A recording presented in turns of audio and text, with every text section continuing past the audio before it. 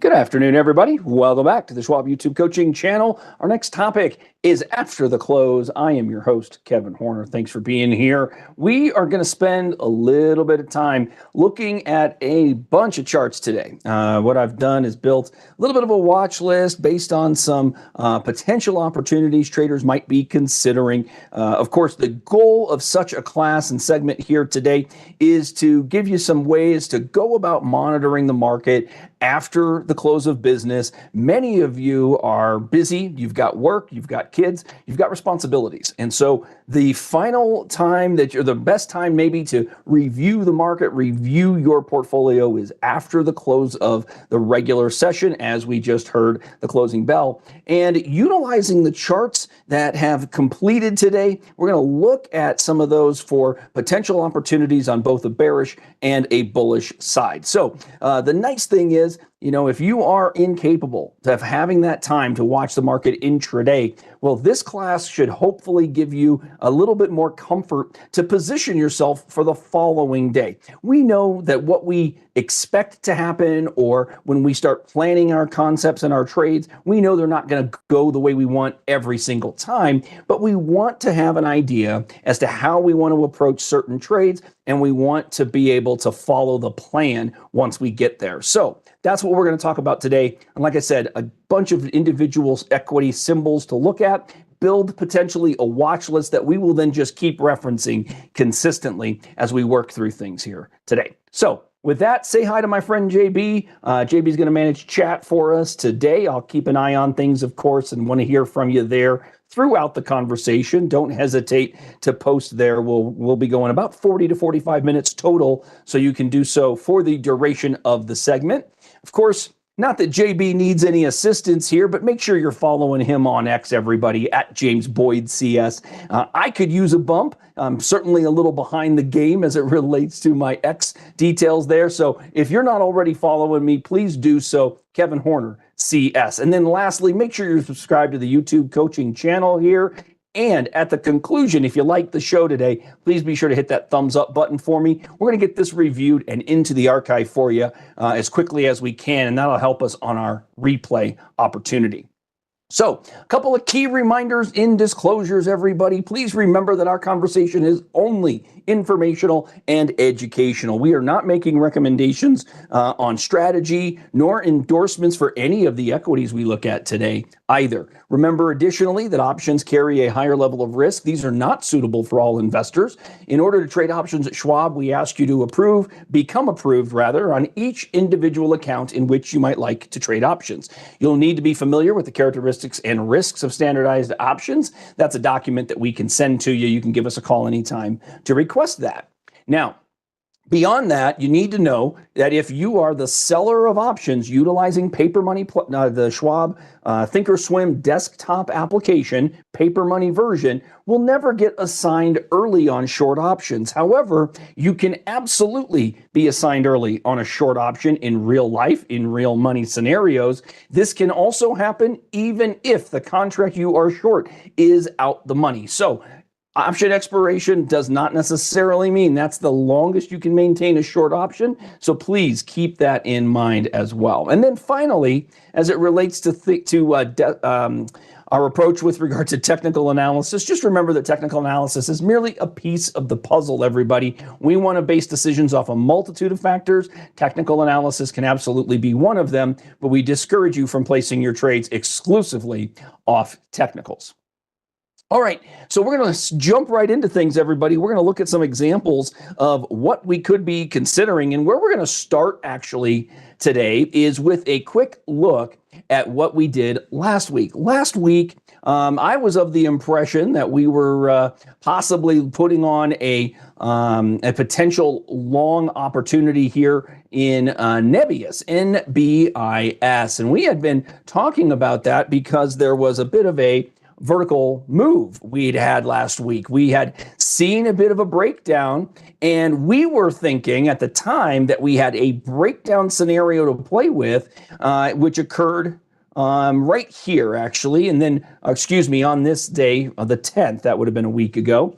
So what we did was we took a long put option down, expecting perhaps for some weakness. Now, as you can see, we got weakness the next day and we traded pretty low, but it was the following morning that, as of this past Monday, they got some positive news. Goldman Sachs bumped them up in terms of expectation, and they made it to this list of potential companies that could be leaders going forward, and that resulted in a pretty good reversal on the stock, moving from about $44 and change up to the 55 level. Now, what's interesting about this now, everybody, is that we have seen the stock try to get to a new high close. Notice the highest close we've had has been the gap, this beautiful green candle that had a high of 55.75 and a close on this day at 55.33. But we have not had a close that high since.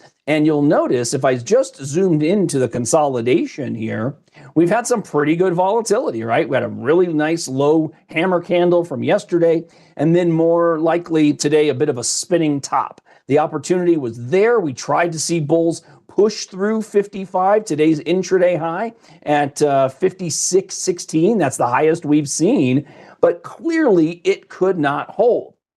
Now, why is that important, everybody?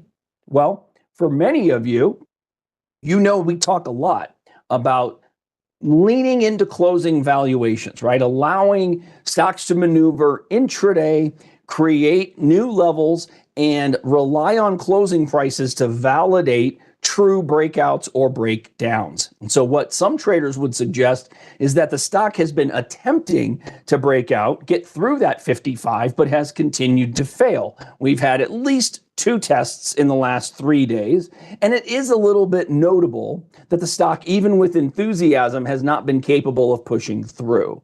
So how could a trader now address, one, how do we address the existing contract we have, which again is a long put option that's not really moving against us, but we've got, we're losing $45. One of the key thoughts that some traders use, everybody, is just to go on their speculative transactions, long options. They might just use an amount of money that they are entirely comfortable losing, meaning if they spent, as we did, about $365 for the put, or for the right to be a seller of NBIS at the strike price between now and expiration. Expiration here is next Friday, the 55 strike. So if we wanted to position ourselves as such, many traders think of the money spent as just when they make the trade, that is dollars that can go to zero. And what that'll do is it'll give them the willingness commonly to stay with the trade for the life of the trade, or give it enough time for the trade to become profitable to a level that they would be happy to take profits. Maybe that's $1 or $2 in favor on the put, so the stock would have to fall a couple of dollars to make that valuable, of course. But the reason I'm bringing it up here is because even though we could look and consider placing a trade for a potential breakout in NBIS, we don't need to do anything different with the long put that we have at the moment. The reason being, we've got 1 extra day, so 6 trading sessions between now and expiration next Friday, and we can let this go with the idea that, hey, that's $360 we'd be okay losing in this trade. All right, so that might have been a thought process that an option trader would utilize when building a single speculative long option as we did here. Now, we're not going to place this trade immediately here. I want to work through a number of these symbols I've got over on my left. And again, I want to reiterate, these symbols were placed in here based on charts and patterns that could be deemed appropriate, bullishly or bearishly. So we're going to work our way through some of these symbols. We'll talk about the patterns and come back and place example trades, or maybe even place an example trade in the moment. But I didn't want to do so necessarily just on NBIS at this time, simply because, well, we talked about it last week. So let's look at more symbols. I know, Josh, you were wondering, hey, are we going to get to more symbols here? Are we going to see a bunch more symbols to consider? Yeah, we are. So that's exactly what we're going to do. Let's run through some of these, everybody. Excuse me. QBTS. Let me go ahead and link up my watch list here. QBTS seems to have broken out today. So what do we have here, everybody? We've had a fantastic run to the upside, starting with the earnings announcement back on before market open on the 8th. And so notice the day of the breakout here was this fantastic green candle. So we had a wonderful run to the high. And then we built a kind of a more likely a falling wedge or just a standard pullback to the 50-day moving average, 20-day moving average confluence right here, more so than a flag, right? Because the flag commonly, this right here would be considered a bit more of a flag, I think. You know, you're looking at about a 3 to 5 day window for the bull flag. Well, it did resolve bullishly initially, but it made a lower high, and then it had to come back and tested the gap level. No shock there, right, everybody? We often see that. And then we got back in gear here. Now, the interesting thing for many traders is that if we redrew the line and just said, hey, we had a downtrend going until just today, we may have broken it out today. So how might some traders look at the opportunity here? Well, we've had a fantastic move. And now that we've taken out the downtrend line, some traders would suggest that this is the first stage to joining a new or a current uptrend, and they might get started on a day like today. So an easy approach could be something as simple as just buying some shares and putting a stop exit order if things were to shift or break down. So we could conceive of a basic equity order that would have us moving on from the trade, potentially if we got back below the low we created with today's gap move. So some traders could use a very tight stop there under 17, still risking about 2.25 if we do that from the 1924 level. If we put it at 16, 90, 1688, somewhere in there, right? That would be okay. But other traders, some of you would say, yeah, but Kev, even if I sold it there, we wouldn't have broken the 50-day, and I'd feel more comfortable with a stop under the 50-day. No problem. You could utilize that as well. But remember, that's a big difference. The level here is where we might incorporate a stop would be about 17 or 1690. Down here, the 50-day, everybody, is at 1515. You're giving it $2 additional or more of wiggle room. And that's fine. It just means you probably need to own fewer shares, right? So a quick reminder on how we might do that. Let me bring in my scratch pad, and let's just go forward with a very basic idea that we want to risk on an equity position no more than $500 on our trade. Okay, so let's just designate that $500 risk factor. And so if we are buyers, maybe a trader likes this and was ready to go, wants to start a position. At this time, they might consider doing something in the aftermarket. That's a possibility. We're not going to necessarily go that route, but I want to talk about it as though we're going to buy based on the potential here for continuation of the uptrend. So if we were willing to risk $500, stepping in at approximately 1924, 1925, that means we've got to risk about $225 in per share amount, right? So $500 divided by 225 means we could own about 200 shares, 222 technically, but we're going to round down and make sure that we don't own more shares than we have comfort for.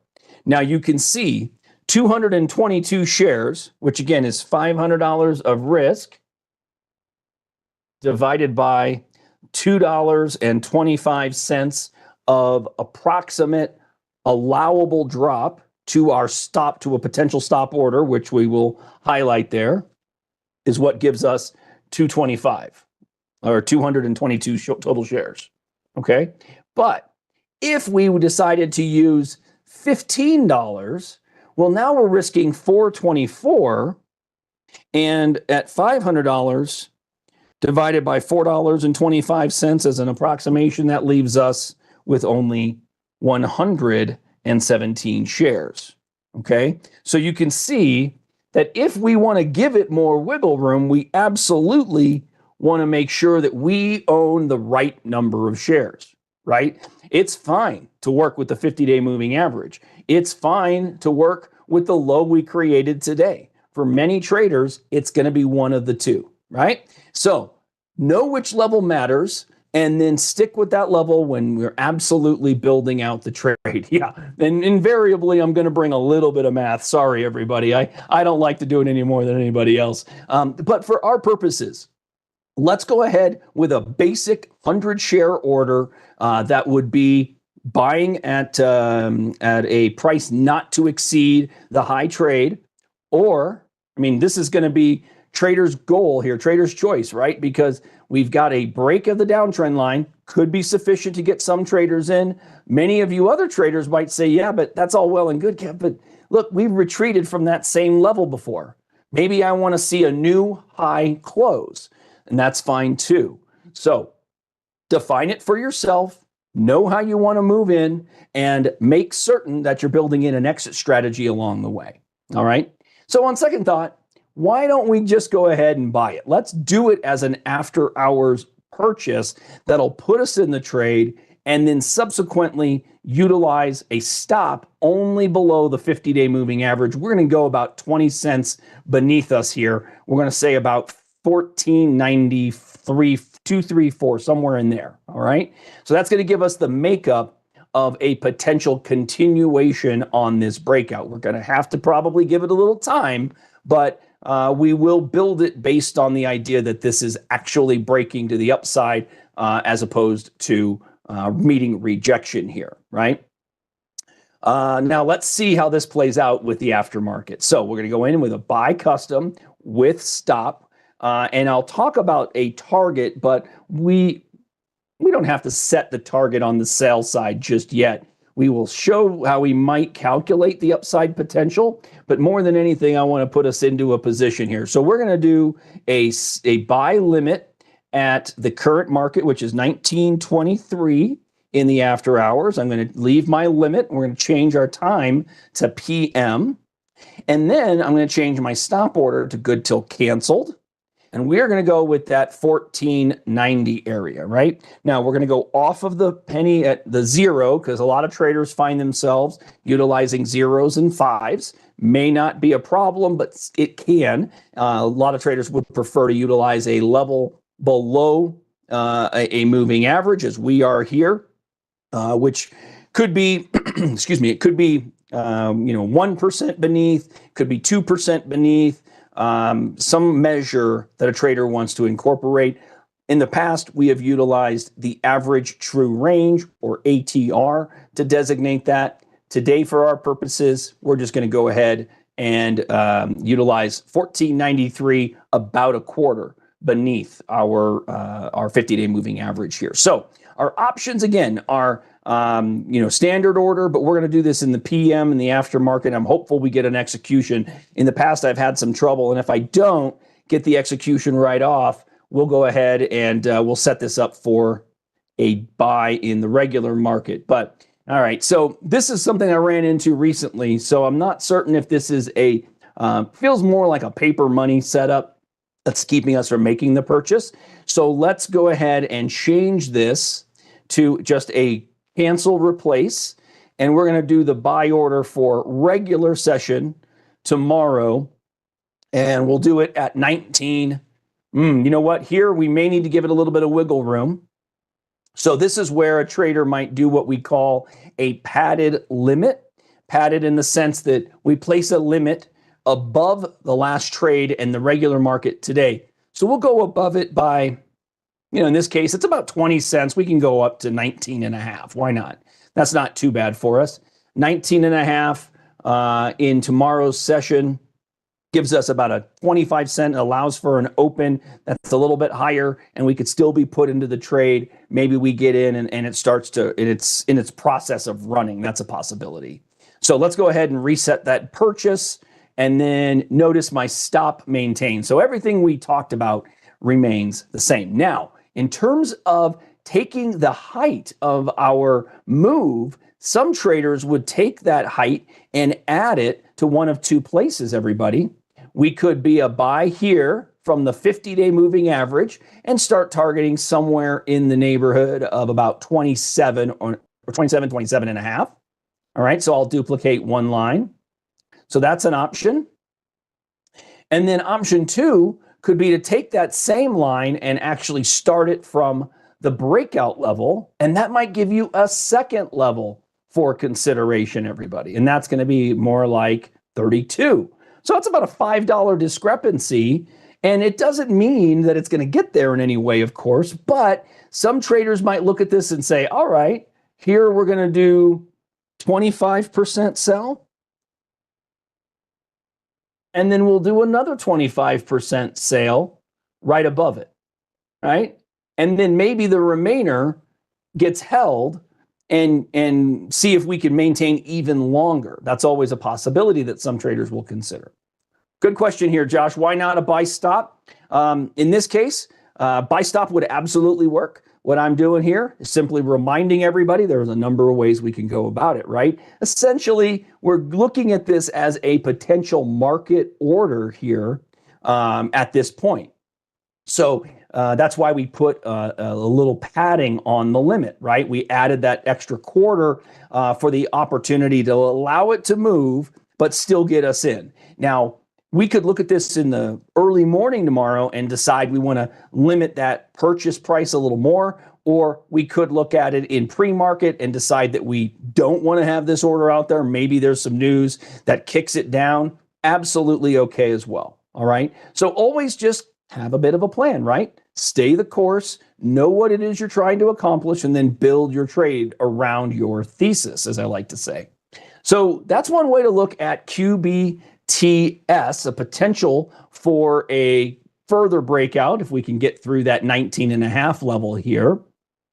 Let's move on through. We've got some other ones. Now, I do have a couple in here, believe it or not, that are bearish in nature. Here's one, Oscar, a little bit bearish, right? And I say that because we've been keeping an eye on this one. Came down and tested a level here today, or close to testing a level today. This is an important spot for this stock. There's been a lot of talk about this one in particular. Notice the ledge here at just under 14. So 1375 to 14 looks like it's pretty important. Look at the volume that has kicked in here, everybody. There's been some selling going on as this thing rallied up to 22 rather quickly. And then there's been a lot of selling in the pullback. So this is an important spot. Something like this could be a spot where a trader is considering a bearish put play, like a long put vertical, for example.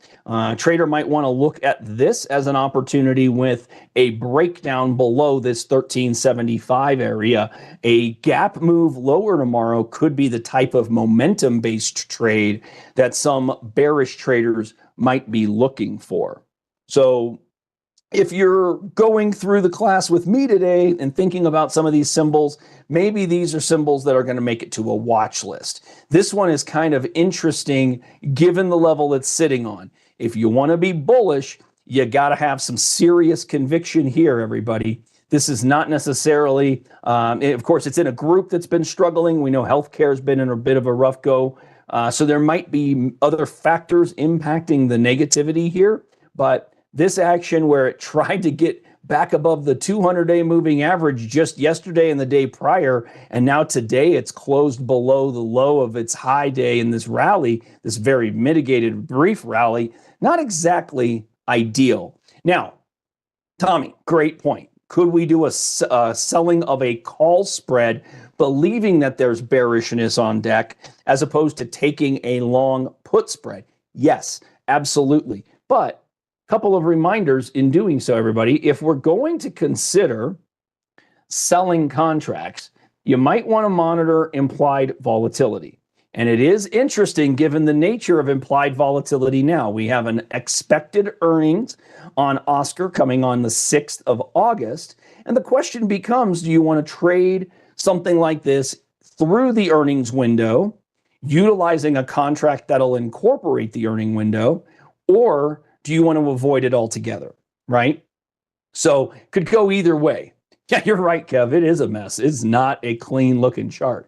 But a breakdown from here could be a big move, right? I mean, we could see the next level down here at 11 and a half. I mean, that'd be better than a 10% move to the downside if it tested 1150, right? So just some thoughts. Higher IV may very well validate the idea that you're coming up with there, Tommy. So when you're thinking about, remember, if you're bullish, you've got a couple of ways. If you're bearish, you got a couple of ways, right? Bearish, many traders think immediately, I need to own puts. But if you're bearish and you want a risk-defined approach, you can absolutely consider selling calls. That is also a bearish scenario in this instance, right? So good way of thinking about it, Tommy. I'm glad you brought that up because you're absolutely right. Being bearish doesn't mean exclusively owning puts or short selling stock or anything like that, right? It can absolutely be utilizing higher IV, implied volatility, to bring in juicier premiums than you otherwise might. Okay? All right. So we'll move off of that one here. Let us take a look at another on the list. AST Space Mobile had a pretty nice pullback from a wonderful rally after having broken this downtrend line that was kind of in place for a while. You'll notice that the breakout came with some volume. And some traders might be looking at it today saying, all right, new high close. We're going to, right through here, some traders would go ahead and get long this. So this is why one scenario here on a stock at new highs, I'll remind you, new highs are generally not considered to be bearish. We have a potential for playing a continuation breakout trade. So how would a trader maybe give thought to this? Now, again, I recognize not everybody's going to be excited about trading a stock that was weeks ago at 32 and is today up quite a bit, right? About 80% or something like that. But we never know how long these runs can last, okay? So this is where a trader might feel more comfortable with a risk-defined approach, incorporating maybe long call and a short call, right? A long call vertical trade is a possibility here. And maybe the trader wants something that's, in the vicinity of that 20-day moving average. It's going to be a bit higher come tomorrow because 20 days ago, the price was, let's see, 624. Yeah, it's going to be back in this range, right? So we're a lot higher in price. So the 20-day moving average is going to spike pretty well here. But again, be thinking about incorporating an option that, depending on how you want to do this, everybody, it could be that a trader wants to incorporate a higher delta option position here to garner more dollar for dollar movement from the underlying stock. In terms of a potential maneuver or what kind of opportunity could this have for a short-term window, because again, we've got earnings on the 11th, one way to do this might just be to draw this little Fibonacci move from the last peak to the last trough. And it kind of tells us we've got a limited scope opportunity here, right? So 61 and a half might be the first layer, 70 to 73 up above for a second extension. That could be one way a trader looks at it. But another way might just be to take the range height and just add that. So what do we say here? The first extension, 61.40. Let's just put a quick line there. Give us something to watch. And then the second idea, instead of incorporating Fibonacci's, might just be, all right, we have a level at 54, and then the low was 40, let's call it 43. So for easy math, that'd be 11 points, right? And 11 points added to the 54 would give us about 65. So I could put another layer at, say, 65 or so. Now, that's going to look like a zone of resistance, right? That's maybe more of a range for consideration in selling, okay? Targeting, if you will.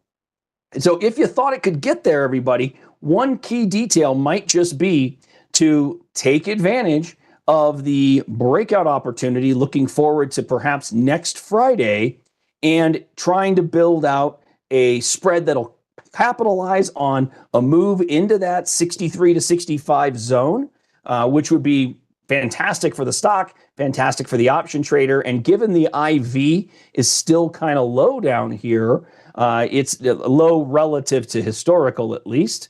You'll notice you expect it to climb. It was a lot higher here in the last earnings. It was actually much lower. And then the one prior to that, it was much higher. So speculators might feel a little more comfortable here when you're thinking about potentially a long call vertical spread here. So let's give some consideration to this one. Let's go ahead to the monitor page, or rather the trade page, excuse me. And again, we want to incorporate not August 1, but we'll go out just a week and see if we can get an opportunity based on the continuation move here, right?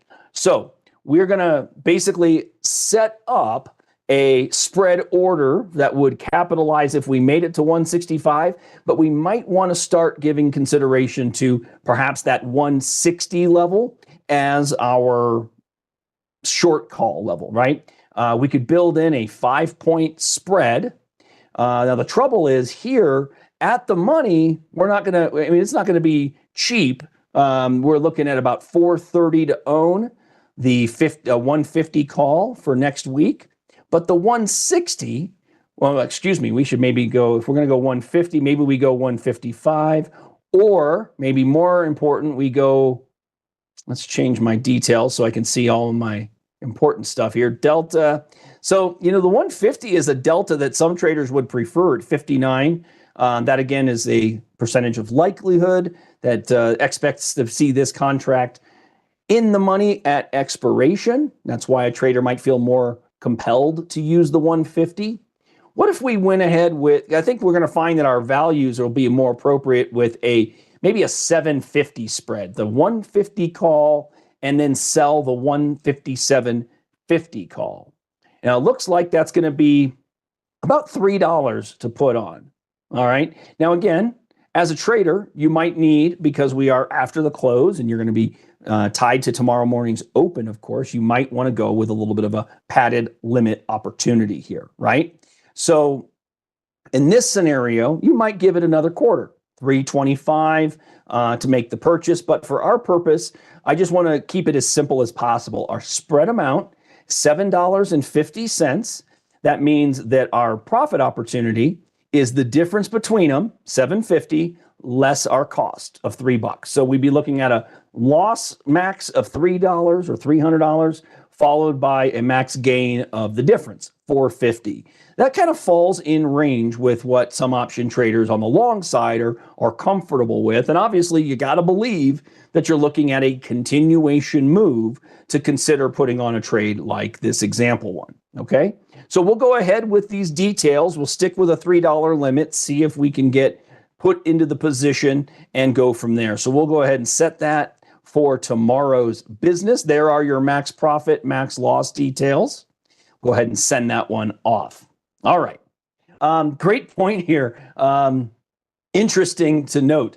What is it about these stocks like ASTS and some of the other ones? They're going up, but they're not profitable. This is not uncommon, especially in the midst of bull market runs, everybody. Remember that in momentum-based transactions, momentum-based moves like we're seeing in the market broadly here, quite often valuation, actual earnings don't have nearly as much impact on the move. It is commonly momentum, and that's exactly what ASTS kind of looks like here. A fantastic big move to the upside, followed by the breather. Notice if I remove my rectangle here, everybody, look at how light the volume was relative to the big move to the upside, meaning traders were buying the heck out of this. Not just traders like you and me, everyone.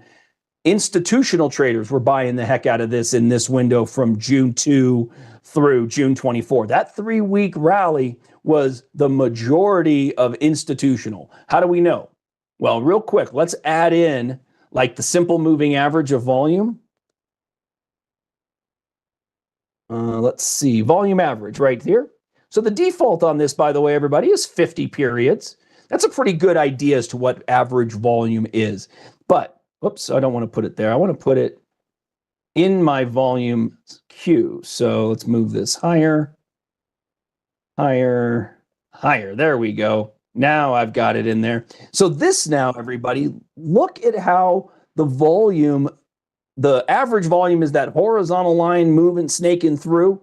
These big spikes, you, me, our grandparents, we can't make this volume, everybody. This is not what we can do. This is institutional buying, most likely.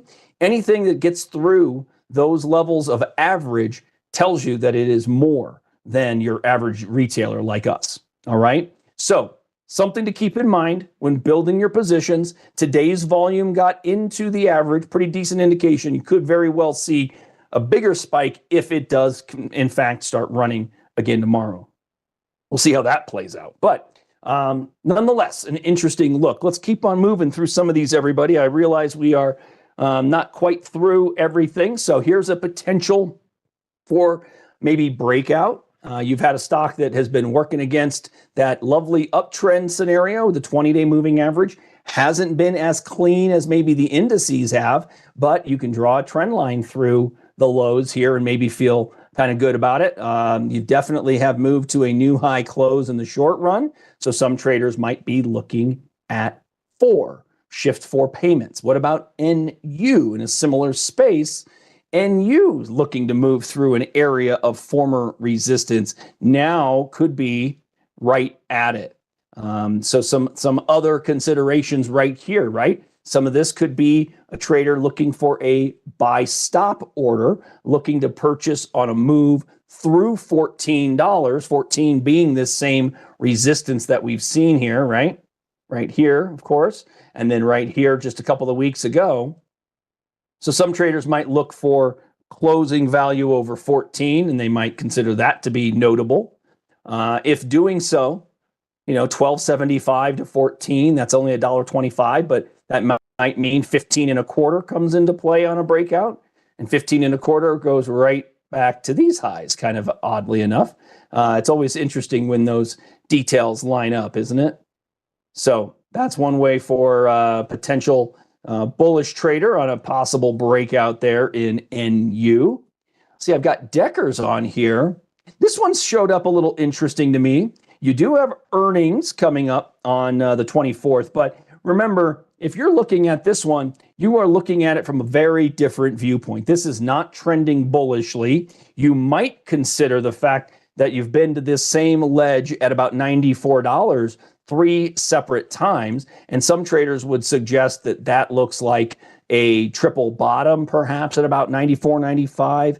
But if you're buying down here, everybody, you probably need to be considerate of just how much money we're exposing, because it is still in a downtrend. We are below the 20, below the 50, below the 200-day moving average. Traders taking a long position here would need to be disciplined and probably small in your position size, simply because even though it looks like support at 95, even though we see that this low here in the RSI is higher than the last time, or it's actually slightly higher than the last time we were here at that level originally back in early April, it may not be sufficient reasoning for a bullish trader to really step in here, right?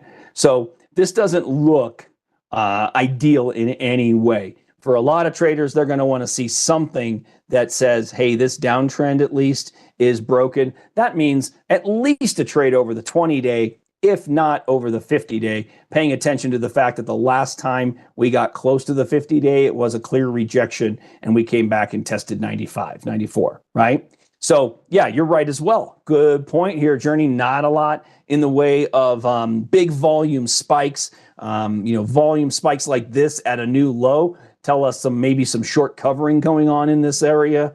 But, there's not a lot that stands out. I just brought it up because when I was building and playing with the watch list, triple bottoms kind of look interesting to many traders. But if you're a trend trader, you're probably putting this one on the sideline and waiting for something to shift and something different to happen, which might be the close over a 50-day moving average, kind of foregoing the potential of a $10 move to the upside and just letting the stock do what it's going to do until that gets accomplished. I got another one that seems to be running into some resistance here. AppLovin has tried its best to get through this level at around 363, 364. couple of times here most recently, and it just hasn't been able to do it on a closing basis.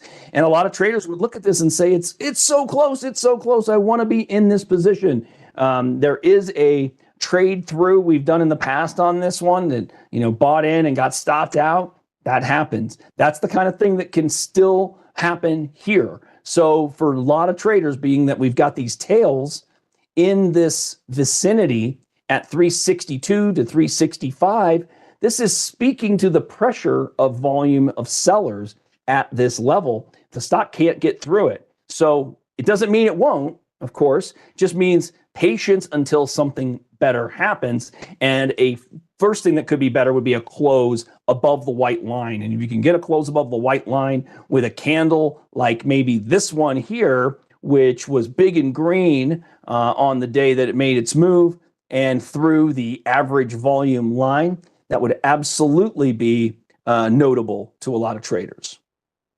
All right, moving on.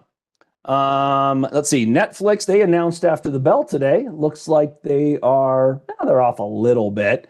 This was just made the list, had a huge volume today, and ultimately the uptrend has been working against, for the most part, that 20-day moving average. But this would be something for consideration. If we'd have talked about it last week, maybe in advance of the earnings announcement, we might have had something better. But with the earnings now, we got to let this one go. We'll look at alternate opportunities. Some MicroStrategy. Interesting here, everybody. What has been going on with strategy? Well, we've got former resistance, call it 425. Snap a line there. And the level beneath that was supportive, call it 360. So, what does the back of the napkin math say, everybody? That we could then, in theory, take our 360 to 425. We get an approximation of 65 points. And we could add that 65 to our 425, and that could give us approximately 490 for a measured move target. Now, of course, you're going to get my standard reply. Measured moves, whether they are built by you, built by me, measured moves are never a foregone conclusion. They are not a guarantee to occur, but they can give traders a way to set their targets. Now, if you're thinking 490, great. What about if it gets to 480? Are you going to take action there? Those are the questions I want you to ask of yourself when thinking about building out your trades. Okay, so here, given that we've got a breakout and consolidation, maybe we look at this one for a buy stop order, right? Maybe we do consider a buy stop here, Josh, on a break and above 457. So high of 456.45, 456.66, 457 and a quarter, and 456. So what do you say, everybody? If we said 458 on an intraday basis, it would be aggressive to be a buyer on a breakout through 458 because there's no guarantee that an intraday move is going to put us into it, but it might make sense. So let's do a very quick, because I'm right up against time, everybody. Let's do a buy stop order at, hey, you know what? Let's give it a little bit more room. Let's go to 460, and then let's target 490 for our upside. All right. And then we'll just use, since we're looking to profit in this case of an example, we're looking to do approximately 30 points for an upside move. Well, then let's put a stop 10 points beneath our entry so that we manage our risk properly. 30 points of upside for 10 points of risk, 1 to 3 risk to reward. So we'll build that very quickly here, everybody. We'll place this as a buy stop order, good for tomorrow's day only at 460, meaning we will only buy if we move through 460. We have to know we have gap risk. So if it opened tomorrow at 462, we're going to get triggered right off, and we're going to have a market order to buy very quickly. It's going to be pretty close to 462, not as close to 460 as we'd like. So we have gap risk on a purchase as well, on a buy stop order. So we're going to set our good till canceled exit strategy. All right. And here, Upside at 490, downside at 430. Excuse me, not 430, 450. Good math there, Kev. There we go. All right. So buy stop at 460, sell limit at 490, good till canceled, sell stop at 450, working to mitigate our risk to 10 points if possible. So there is a buy stop example, everybody. We'll see how that one goes come tomorrow morning, of course, but also next Thursday, we will revisit this conversation. So I know we talked about quite a bit, and I didn't hit every symbol in the watch list there. But if you're interested, you certainly can make note of the symbols. Remember, none of these are recommendations, of course, but pattern-wise might offer intriguing opportunities. Big thanks to my friend James Boyd there in the chat. He and I will be with you tomorrow morning for Friday morning Trader Talk, bright and early, 9:30 a.m. Eastern with the opening bell. Tomorrow is ETF Friday. That means we do not archive it. So if you want to see that show between me and JB, got to be there live, everybody. Thanks for being here today, though. Hope you have a great rest of your Thursday. We'll see you again real soon.